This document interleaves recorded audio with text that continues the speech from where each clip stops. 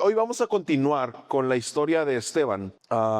Este hombre que hace 8 días veíamos nos da un ejemplo muy claro de lo que es la fidelidad a Dios, de lo que es la convicción y de lo que es la fe genuina hacia el Evangelio, ¿verdad? Y hace unos días pudimos ver cómo en el libro de los Hechos se nos presenta la forma en que este hombre llamado Esteban, sin necesidad de tener un título especial dentro de la iglesia, sin ser pastor, sin ser evangelista, sin ser maestro, nada, sin tener un título especial, estaba lleno del Espíritu de Dios. Y eso se reflejaba en su vida de Esteban. Esa llenura del Espíritu de Dios en su vida se reflejaba hacia los demás. Porque Esteban, decía el versículo que veíamos hace 8 días en el capítulo 6, que hacía señales y prodigios en medio de la iglesia. Vimos que en este tiempo de la iglesia, hace más de 2000 años,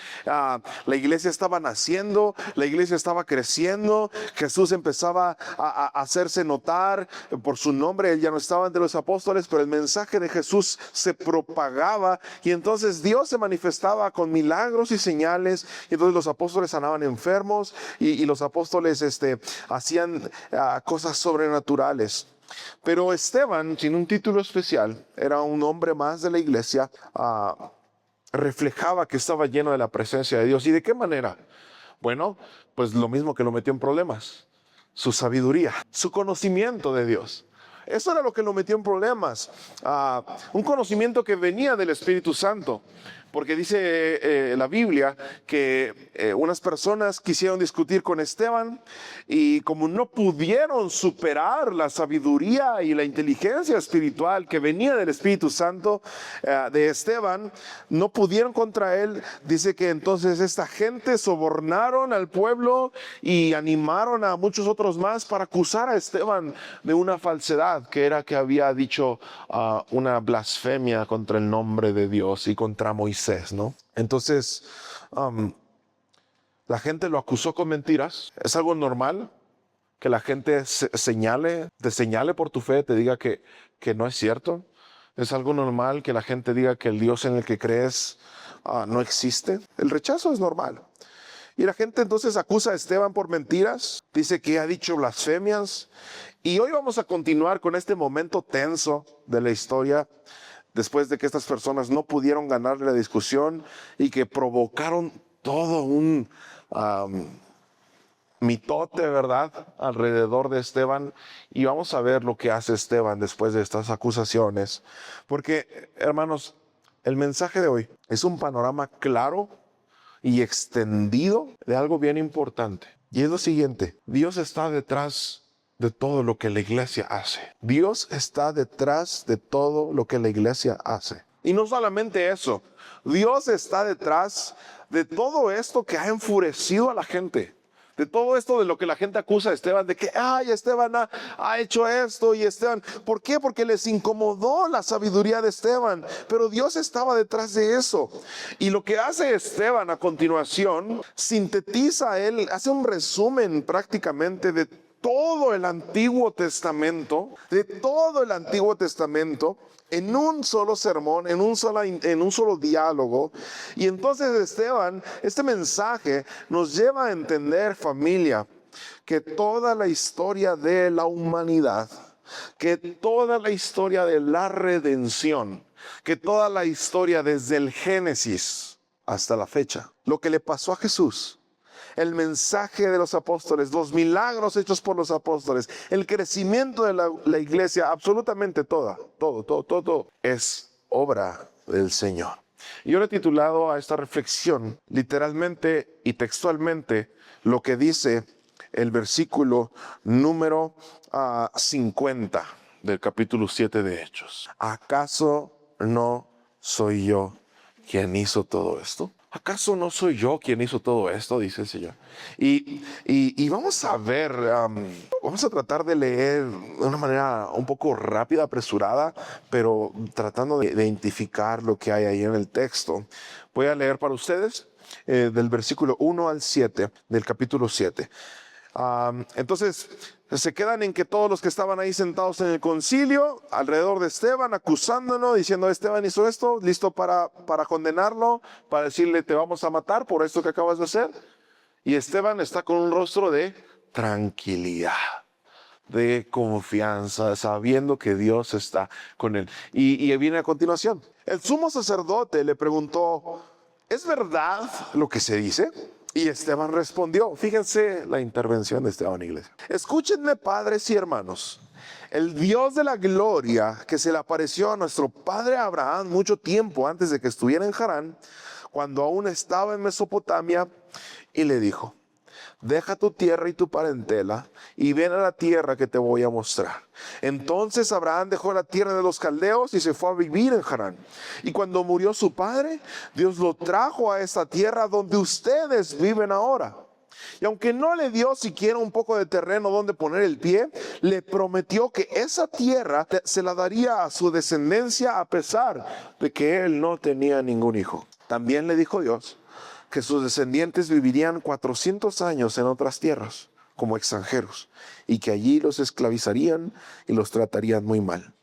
Pero añadió: yo juzgaré a la nación que los hará esclavos, y después de eso saldrán y me servirán en este lugar. Vamos por partes, hermanos, porque ya en unas cuantas líneas Esteban nos contó la historia de Abraham, nos contó la historia del pacto de Dios con Abraham, nos contó, ya nos saltó el Génesis, ya nos saltó a Noé, ya nos saltó el Edén, ya nos puso hasta Abraham, ¿verdad? Y Esteban, con mucha sabiduría, hermanos, con mucha inteligencia, hace exactamente lo que hicieron los apóstoles del Señor cuando fueron presentados ante el concilio. ¿Qué hicieron los apóstoles cuando fueron presentados ante el concilio? Dijeron: no, sí, ya nos vamos a callar. No, sí, ya, no vamos a hacer eso. Les prometemos que ya vamos a orar. No, hace lo mismo, predicar el mensaje. Aprovechar la oportunidad y la audiencia que tiene Esteban, y entonces a ellos les predica, pero lo hace de una manera tremendamente bien. Porque en vez de comenzar hablando de Jesús como era el mensaje de los apóstoles, Esteban lo hace diferente. Esteban da un repaso y un resumen de la historia del pueblo de Israel. Y en primer lugar comienza a hablar de Abraham. No puedes hablar de la historia de Israel sin mencionar el nombre de Abraham. Y Abraham era considerado para el pueblo judío como el padre de la fe. Es importante que nosotros sepamos esto, hermanos, porque era una persona y un nombre de peso para el pueblo judío. Hablar de Abraham, hablar de Isaac, hablar de Jacob, hablar de Moisés, hablar de David, hablar de los profetas, mencionar estos nombres era una cuestión de seriedad para el pueblo judío. No los podías mencionar nada más porque sí. Y esta es la estrategia de Esteban para compartir el mensaje de esperanza que trae Jesús. Porque él está hablando del padre de la fe, de Abraham, un hombre que era honrado en la memoria del pueblo judío. Y lo primordial que destaca Esteban de Abraham es el trato que Dios tuvo con él. Porque le dice que le prometió descendencia. Porque dice que le hizo una promesa aun cuando Abraham ni siquiera tenía hijos. Pero no solamente eso, también Esteban resalta que Dios le anticipa lo que sucedería con su pueblo en Egipto. ¿Por qué habla de estas dos cosas Esteban al hablar de la historia de Israel? Bueno, como Dios escoge a Abraham, como Dios lo llama y le hace una promesa que era una realidad para el momento en que Esteban hablaba. Eso es importante, hermanos, porque cuando Esteban se está presentando en su defensa, cuando lo acusan de haber blasfemado contra el nombre de Dios a causa de su fe en Jesucristo, él dice: pues todos nosotros somos la promesa cumplida que Dios le hizo a Abraham. La promesa de su descendencia, de que Dios daría bendición a sus generaciones. Sabemos de lo que está hablando Esteban y podemos hablar de la historia de Abraham y extendernos muchísimo, pero no es el caso. Es un resumen, una síntesis destacando cosas importantes. Porque también habla de la anticipación de la esclavitud de Egipto del pueblo de Israel.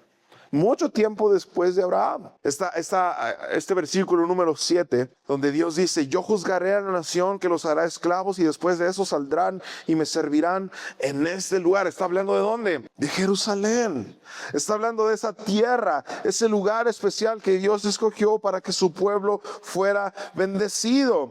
Y Esteban está hablando de esto porque, familia, lo que Esteban está haciendo es está persuadiendo Ya se metió en un lío tremendo, ya se metió en un conflicto bien difícil.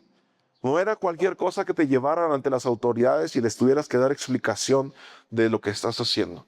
No a cualquiera. Ya está metido en un lío grande, pero Esteban está persuadiendo, les está tratando de convencer de que el que está detrás de todo eso que Esteban predica, que la iglesia de los primeros creyentes está compartiendo, les está insinuando que todo eso desde el principio ha sido Dios. Desde Abraham ha sido Dios. Que el plan no ha cambiado, que la iglesia sigue siendo el mismo plan de Dios desde Abraham. Es Dios, hermanos, el que en el tiempo de Abraham está poniendo las primeras piezas del rompecabezas de la redención del mundo. ¿Saben cuántos siglos pasaron desde Abraham hasta el momento en que Esteban está presentando su defensa? Muchos siglos. Pero Esteban está diciendo, ¿se acuerdan? ¿Se acuerdan de la promesa de la bendición de las generaciones de Abraham? ¿Se acuerdan del pacto? ¿Se acuerdan de Egipto? ¿Se acuerdan de Dios sustentando a su pueblo? Somos eso. Seguimos siendo eso. Este es el plan que Dios tenía para la redención de la humanidad. Hermanos, porque si no lo sabemos, desde el Edén, desde Adán y Eva, Dios pensó en el plan para salvarnos. Dios pensó en su Hijo. Dios pensó en la cruz.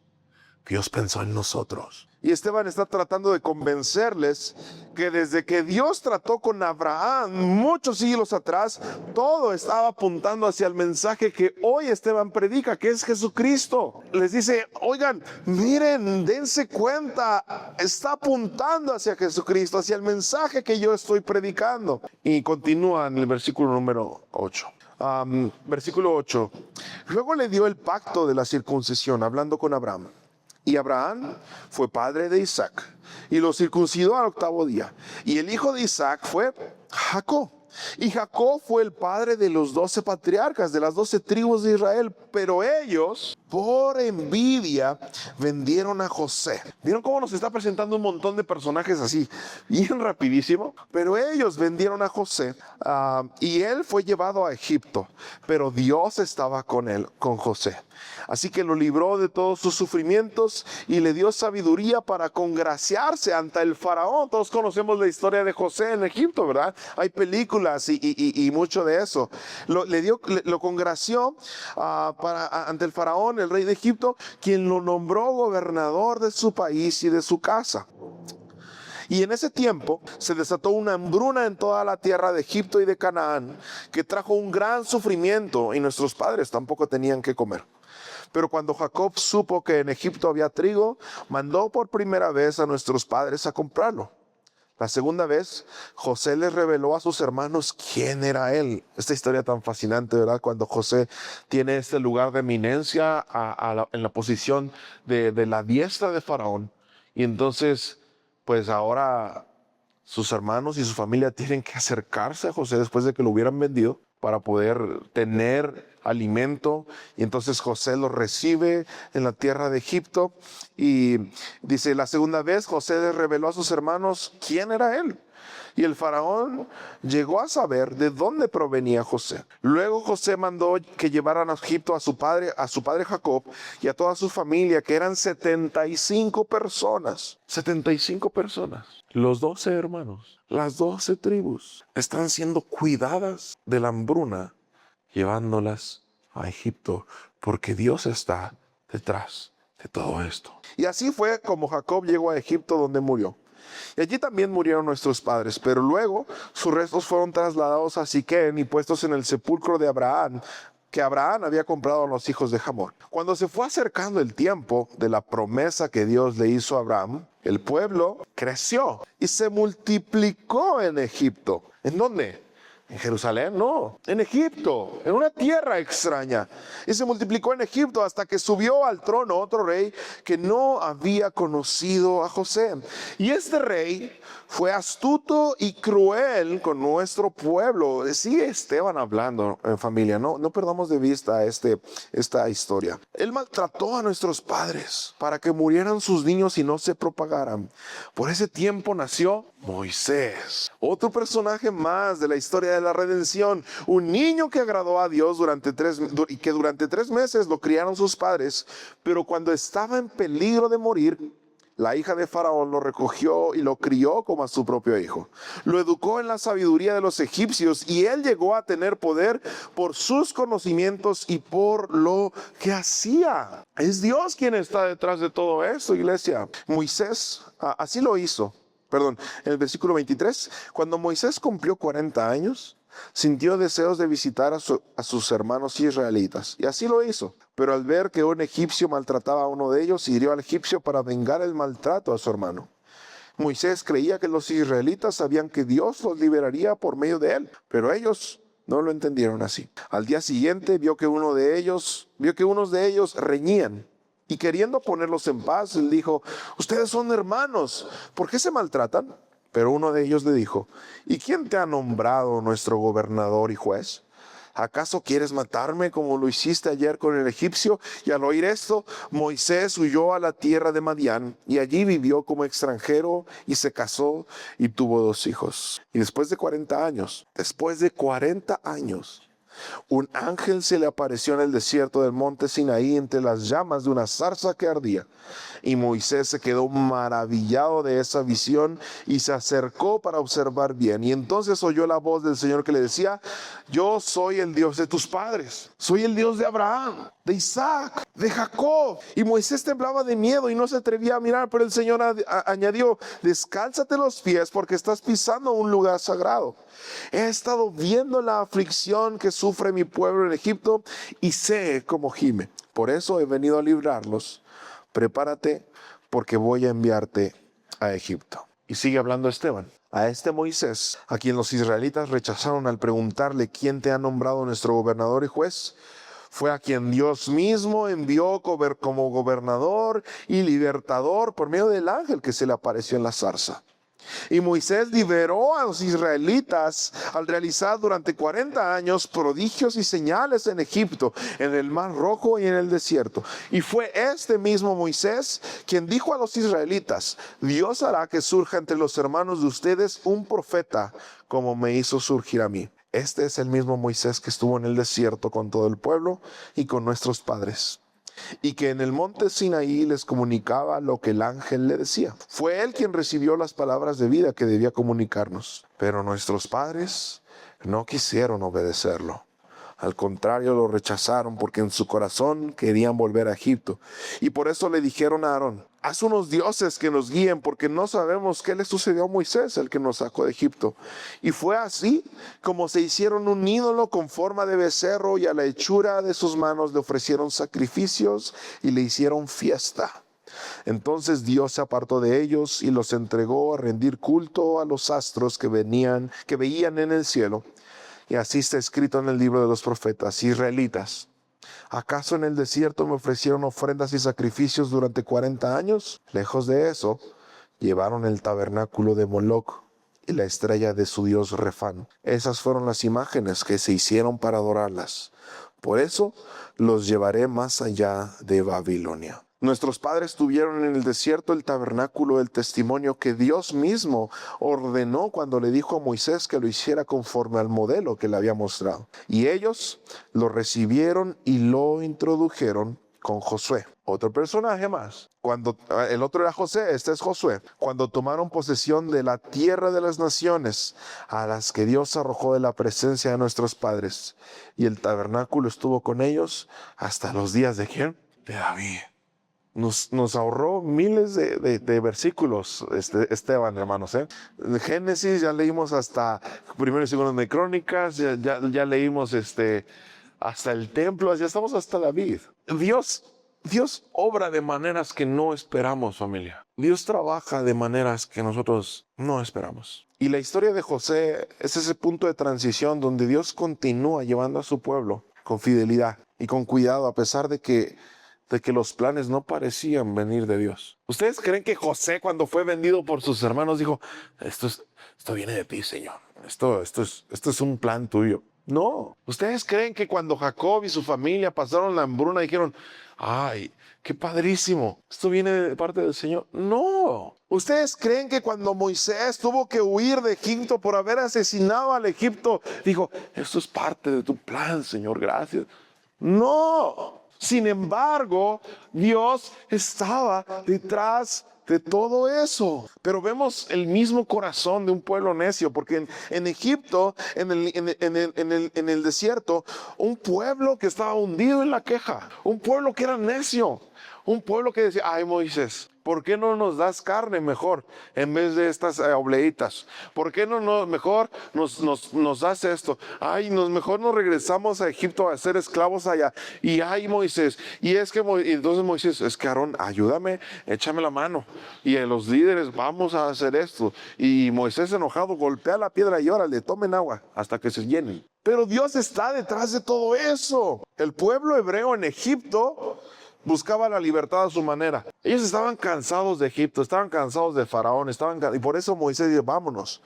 Pero ellos buscaban ser libres a su manera. ¿Qué similitud hay con el pueblo hebreo en el desierto e Israel en Jerusalén? Así el pueblo en Jerusalén como el pueblo en el desierto, queriendo que Dios hiciera lo que ellos esperaban que hiciera, a su manera, a su modo. Por eso rechazaban a los apóstoles, porque decían, no, que estás loco, ¿cómo crees que ese va a ser el Hijo de Dios? ¿Cómo crees que Él nos va a libertar? ¿Cómo crees que ese hombre tan humilde, de Belén, de Nazaret, cómo crees? Y los líderes religiosos endurecen su corazón, y es lo que muchas veces a nosotros nos pasa, endurecemos nuestro corazón de tal manera que creemos que nos podemos anticipar a las formas en las que Dios va a trabajar en nuestra vida. Es que si tú no cambias esto en mi familia, Dios, es que si tú no me das esto, Dios, es que si tú no me das esta señal en este color, con esta forma, no viene de ti. Y cuando vienen las pruebas y las dificultades, decimos, esto no viene de parte de Dios. Lo que Esteban está sacudiendo el corazón de los líderes religiosos en su defensa, está llevando a su audiencia, diciéndoles que Dios no improvisa planes, familia. Dios no improvisa la forma en la que está trabajando con la iglesia en ese momento. Él actúa de maneras inesperadas y a veces de maneras, hermanos, que parecen todo lo contrario a lo que Dios haría. Y hay muchas iglesias que te van a predicar, no permitas que te enfermes, porque Dios no te va a traer una enfermedad a tu vida. Te explico cómo a Jacob se le caían los pedazos de su piel. No permitas que no tengas provisión, que no tengas prosperidad económica, porque eso es del diablo. Te enseño cómo el apóstol Pablo comía a veces y a veces no. Dios actúa de maneras que a veces no esperamos. Hay tiempos de desierto, pero después hay tiempos de abundancia. Esteban dice, oigan, no cierren su corazón a lo que Dios está haciendo. No cierren su corazón y su entendimiento a la forma en la que Dios está continuando a su pueblo. Y hermanos, nosotros debemos agradecer esta bendición de que hoy no endurecimos nuestro corazón, de que hoy aceptamos que Dios trabaja de maneras que no esperamos. Cómo Dios entregó a su propio Hijo, ¿verdad? Para salvarnos. ¿Quién lo iba a imaginar? Y el corazón de los líderes religiosos que están escuchando a Esteban, estaban acostumbrados a la anticipación del mover de... Es más, no creo que hayan sido sensibles a las formas en las que Dios actuaba, porque saben, para el momento en que Esteban está hablando y para el momento en que Jesús estuvo en esta tierra, habían pasado cerca de 400 años sin que Dios hablara nada. Desde el último profeta hasta la llegada de Juan el Bautista, habían pasado 400 años sin que Dios no hablara a través de un profeta. Por supuesto que el pueblo estaba desacostumbrado ya a la voz de Dios. Y viene Juan el Bautista anunciando, preparen el camino, y viene Jesucristo con un mensaje tremendo diciendo, yo soy el Hijo de Dios. Por supuesto, no estaban acostumbrados ya a la voz de Dios, pero eso, hermanos, no es justificación para su necedad. No es justificación para que ellos hubiesen cerrado su corazón. Esto que estaba sucediendo era algo anormal y raro, extraño para ellos, pero no era justificación para su oposición y rechazo al mensaje del Evangelio. Y vamos a terminar en la última parte leyendo hasta el 60. David fue del agrado del Señor y quiso edificarle un tabernáculo al Dios de Jacob. Pero fue Salomón quien lo edificó. Aunque es verdad que el Altísimo no habita en templos hechos por manos humanas, porque el profeta dice, así dice el Señor, el cielo es mi trono y la tierra es el estrado de mis pies. ¿Qué casa pueden edificarme? ¿En qué lugar pueden hacerme descansar? ¿Acaso no soy yo quien hizo todo esto? Voy a hacer una pausa en este versículo. ¿Acaso no soy yo quien hizo todo esto? Familia, piensa en tu interior, en tu corazón. Piensa en la historia que comenzó en el jardín del Edén y que se sigue escribiendo hasta este momento. La historia de tu salvación, la historia de tu redención. Lo que tuvo que suceder para que el día de hoy tú pudieras decir, tengo salvación. ¿De quién es el crédito? ¿Quién es la razón de todo esto? Hermanos, Jesús es la meta. Y Esteban se ha aventado un mensaje tremendo, tremendo. Ha tocado y ha puesto el dedo sobre puntos muy sensibles para quienes lo están escuchando, para el sacerdote, para los líderes religiosos, para el pueblo en general, porque tenían conocimiento de esta historia de la redención. Y Esteban le da todo el sentido. ¿Pero qué creen que sucedió? Versículo 51. Pero ustedes son duros de cabeza, de corazón y de oídos. Siempre se oponen al Espíritu Santo. Son iguales que sus padres. ¿A qué profeta no persiguieron? Mataron a los que antes habían anunciado la venida del justo, el mismo a quien ustedes entregaron y mataron, hablando de Jesucristo. Ustedes que recibieron la ley por medio de ángeles, no la obedecieron. Y cuando ellos oyeron a Esteban decir esto, ellos se enfurecieron tanto que hasta les rechinaban los dientes. Uno esperaría que después de haber escuchado este mensaje, hermanos, el corazón se hubiera hecho agua. Que ellos pudieran decir, es cierto, Dios nos ha traído hasta aquí. Es Dios quien ha sido el culpable de todo esto. Es Dios quien ha estado obrando detrás de todo esto desde nuestros padres Abraham y hasta hoy. Es Jesús el Hijo de Dios. Él es el cumplimiento de su promesa. Él es el que anunciaron los profetas. Sin embargo, cuando oyeron a Esteban decir todo esto, ellos se enfurecieron tanto que hasta le rechinaban los dientes. Pero Esteban, lleno del Espíritu Santo, levantó los ojos. Qué privilegio, qué bendición le concedió el Señor a Esteban. Porque después de esto, él levantó los ojos al cielo y vio la gloria de Dios y a Jesús a su derecha. Y dijo entonces, veo los cielos abiertos y que el Hijo del Hombre está a la derecha de Dios. Pero ellos, lanzando un fuerte grito, se taparon los oídos y arremetieron contra Esteban. Y lo sacaron de la ciudad y lo apedrearon. Y los testigos falsos, aquellos que levantaron mentiras contra Esteban, los testigos falsos pusieron sus ropas a los pies de un joven que se llamaba Saulo. Dios no improvisa. Este Saulo que está recibiendo las ropas de Esteban será el misionero más importante en el Nuevo Testamento. Y mientras, ojo con esto, y mientras lo apedreaban, Esteban rogaba, Señor Jesús, recibe mi espíritu. Y luego cayó de rodillas y clamó con fuerte voz, Señor, no les tomes en cuenta este pecado. Y dicho esto, pues yo, hermanos, Esteban no hay que beatificar a este hombre. Esteban no fue un superhumano. Esteban no fue un hombre que Dios le hubiera dado algo especial para que pudiera defender su fe hasta el final. ¿Saben qué era lo único que tenía Esteban, hermanos? Él amaba a su Señor. Él amaba a su Salvador. Y el amor fue lo suficientemente grande y suficiente para morir por él. Para morir por él. Hermanos, hoy el Señor nos dice esto. ¿Acaso no soy yo quien ha hecho todo en tu vida? ¿Acaso no soy yo quien ha hecho todo en tu vida? Hermanos, créanme, las fuerzas del universo, la suerte, los chakras, tanta cosa que se ha inventado el ser humano para intentar darle una justificación a lo que Dios hace. Hermanos, ¿acaso no ha sido Dios quien ha hecho todo esto? ¿Qué nos falta para tener un compromiso como el de Esteban, familia? ¿Qué nos falta que Dios haga para seguir este ejemplo? No, pastor, es que eso es para hombres de mucha fe y bueno, pues ten fe, cree en lo que Dios ha hecho en tu vida. Cree en lo que Él quiere hacer en tu vida.